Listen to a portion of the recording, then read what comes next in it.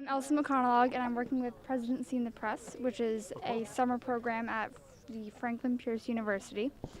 And I wanted to ask you whether or not you support the press, and if you do, why?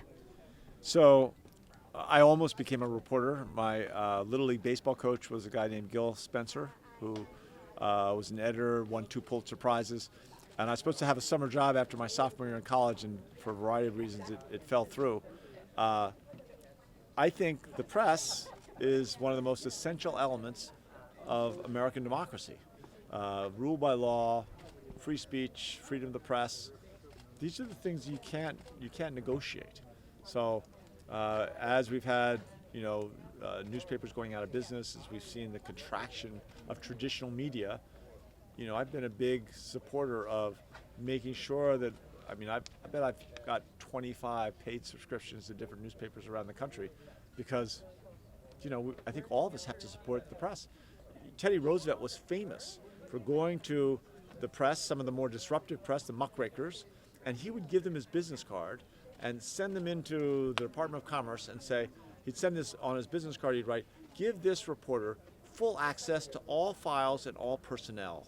He's on our side. And if you're an elected official who cares about good government, you're not going to be able to figure out what you're doing wrong if some reporter doesn't do the research and dig up the facts and find out when you've made a mistake or when your employees are doing something you don't approve of. So, do you intend to deal with the press in that similar situation that way? Yeah, I think that I would, and again, I haven't had a perfect relationship with the press, nobody ever has, but I would try to provide as much access as humanly possible to the press and make sure that wherever possible, I'm giving them, the tools they need to do their job. Thank you.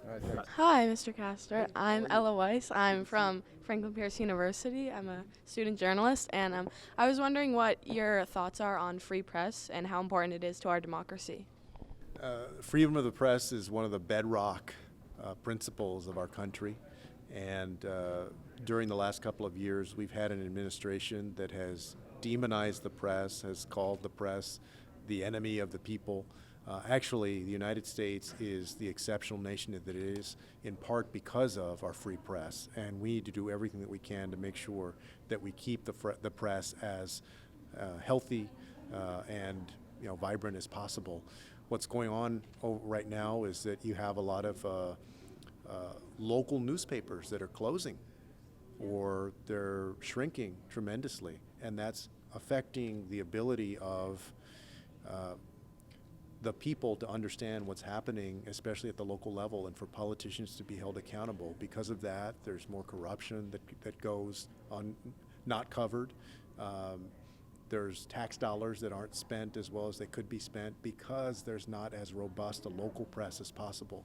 So from the local press to the national press, all of us have an interest in the First Amendment being fully utilized. And if I'm president, I want to do what I can to make sure that we have a good, strong, free press.